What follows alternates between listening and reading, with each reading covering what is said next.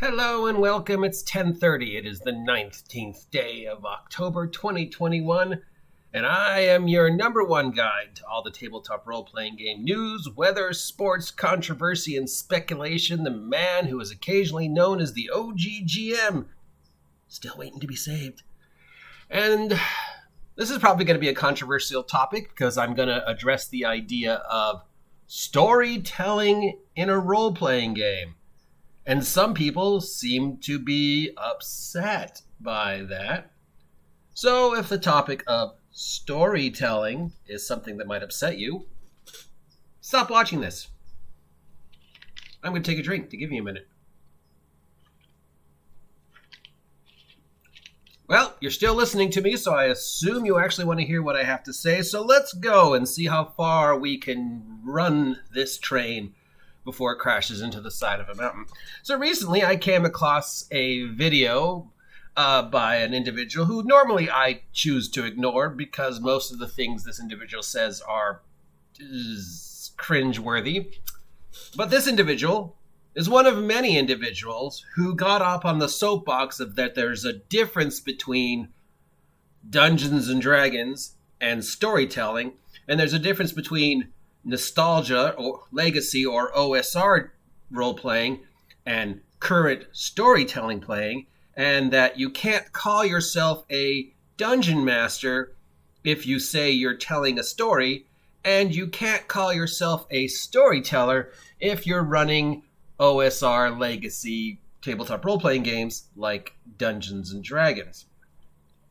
So the problem with, well, there's lots of problems with this statement, but the main problem is, and a lot of people seem to sort of think this way, is that there's some magical point in time between when we first started playing D&D in 1974, and today, that there's some magical point, some Mason-Dixon line, where there was one style of play, and then suddenly we jumped this fence and became a completely different style of play.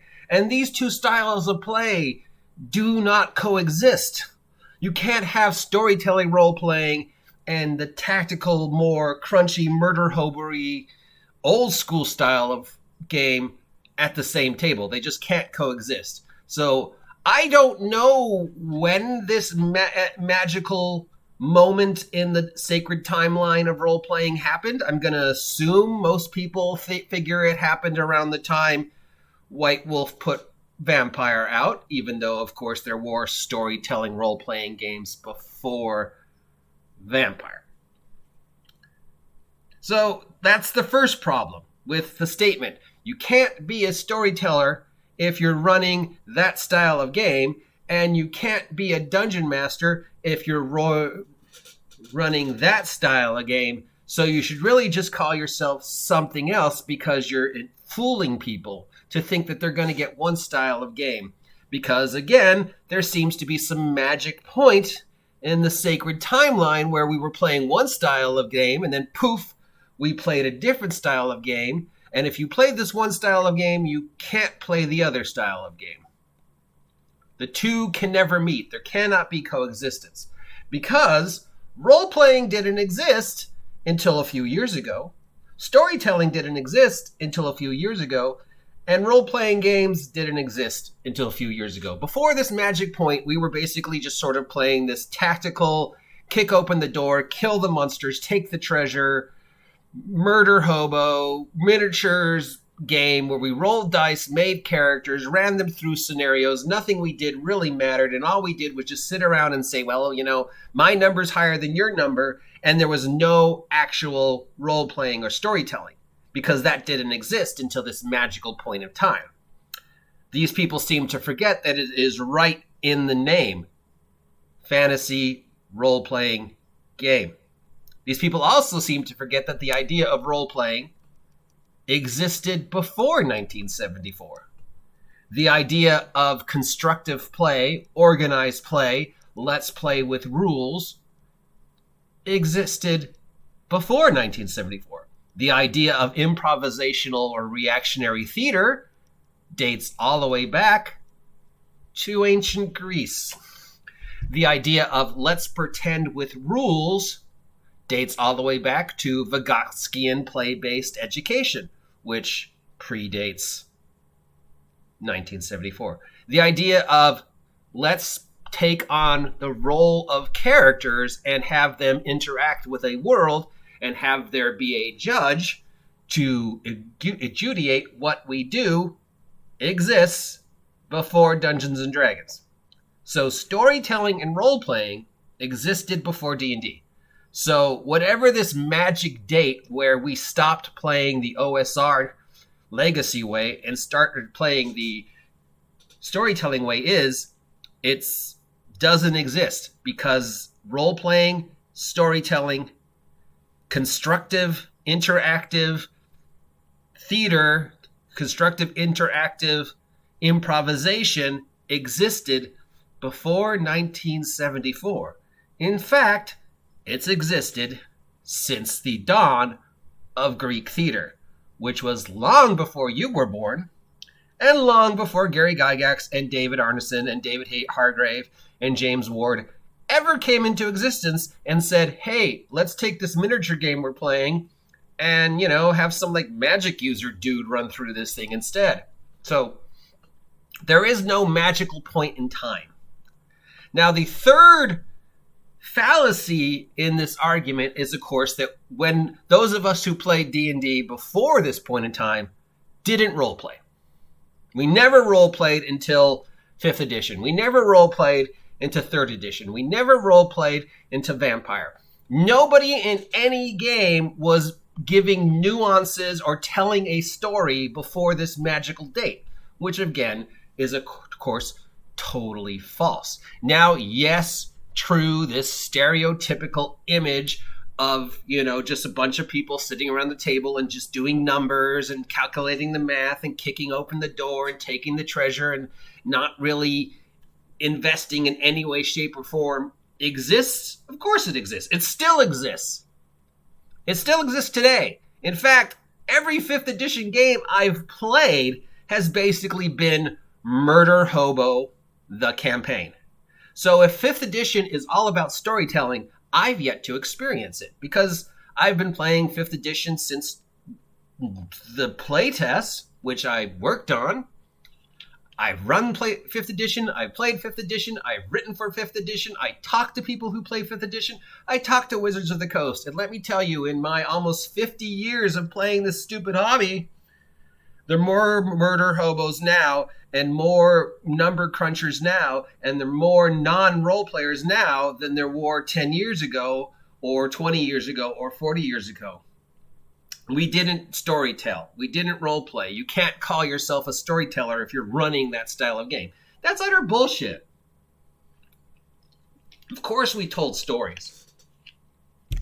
Every story starts with once upon a time.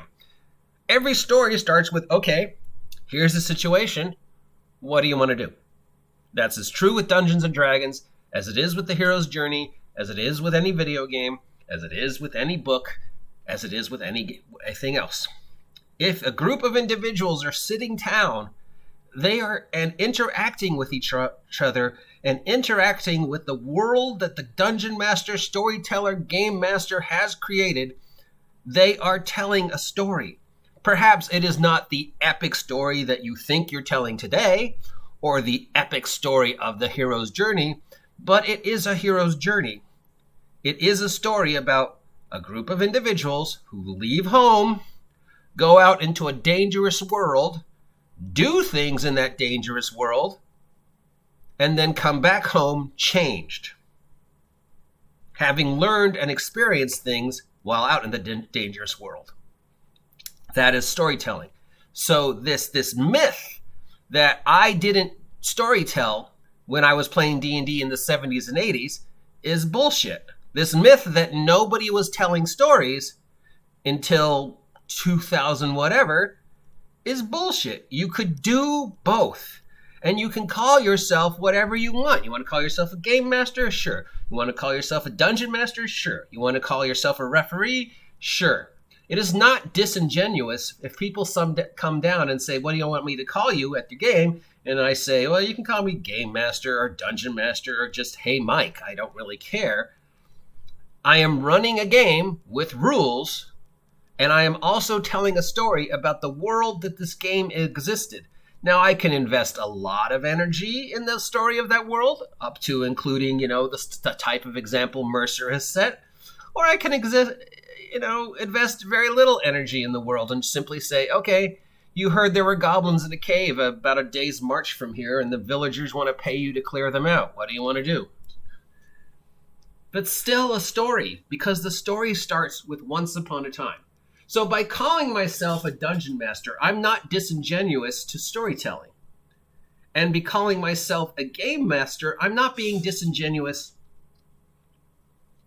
to the idea that there is going to be tactical combat, number crunching, math, all the things that people seem to associate the older style of game with. Because you are under this assumption that in the 70s and 80s and 90s, no matter what game we were playing, we weren't telling stories. But now we are, because again, there seems to be this magic point in time. Also, fourth and final, you seem to think there are no other games besides Dungeons and Dragons. So from 1975 till 5th edition,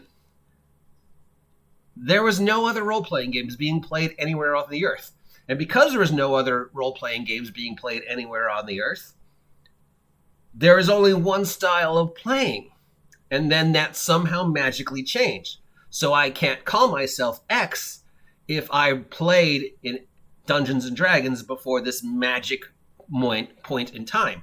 And I can't call myself X if I'm now playing in the games that exist after this point in time, because the only game exists is Dungeons and Dragons in this imaginary world you've built up, and there are only two styles of play. So, one, we know that there are other games besides Dungeons and Dragons. I hate to break this to you. So, take a breath. Calm down.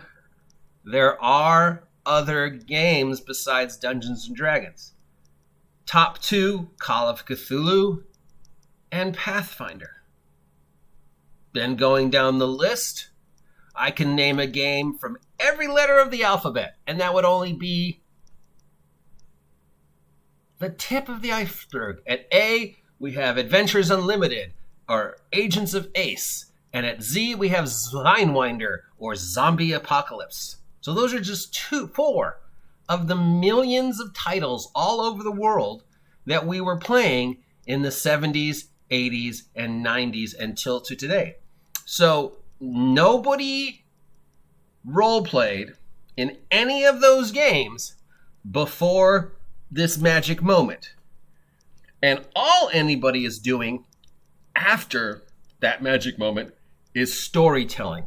So I cannot call myself a dungeon master if I ran a game before this magic point in the sacred timeline. And I can't call myself a storyteller if I ran a game at any point in time of any game, because once again, there are more games besides D&D. I assure you, if you don't believe me, look it up. I'll make a post. Check out the link below for the Wikipedia for the complete list of every role-playing game ever made.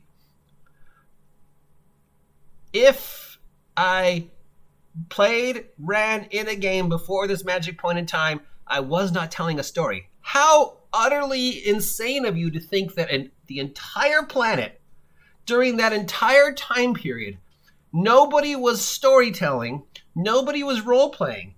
The idea didn't exist until this magical date you have made up in your mind. And then we only role-played and storytelled after this magic date. Nobody was doing it before you.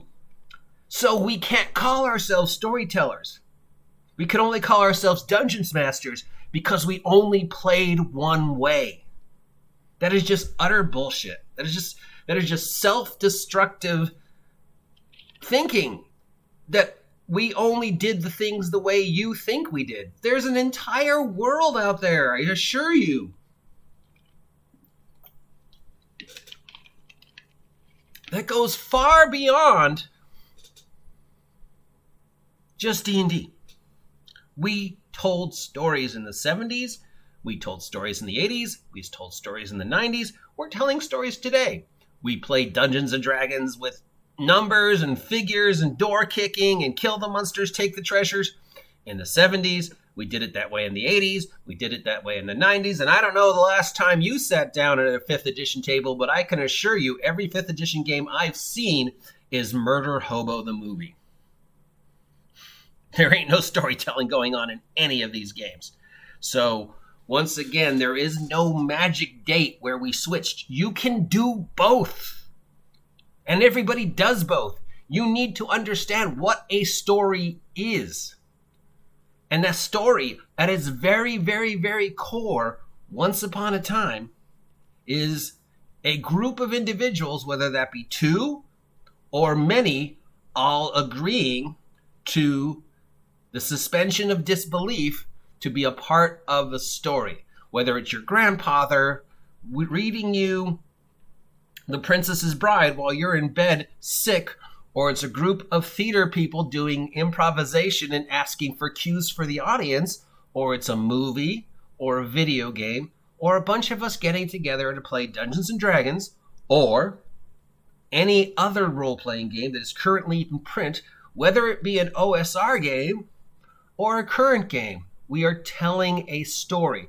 So I can call myself a storyteller. I'm sorry. I can. I can also call myself a dungeon master. I can also call myself a game master. I can also call myself a referee. I can also call myself a game operation director, or I can simply say, hey, yeah, my name's Mike and I'm running a game. This is what I'm running. Does that sound interesting to you? I'm not being disingenuous or fooling people if I tell them I'm telling a story. You're being disingenuous and fooling people by telling them we're not. So get off my land.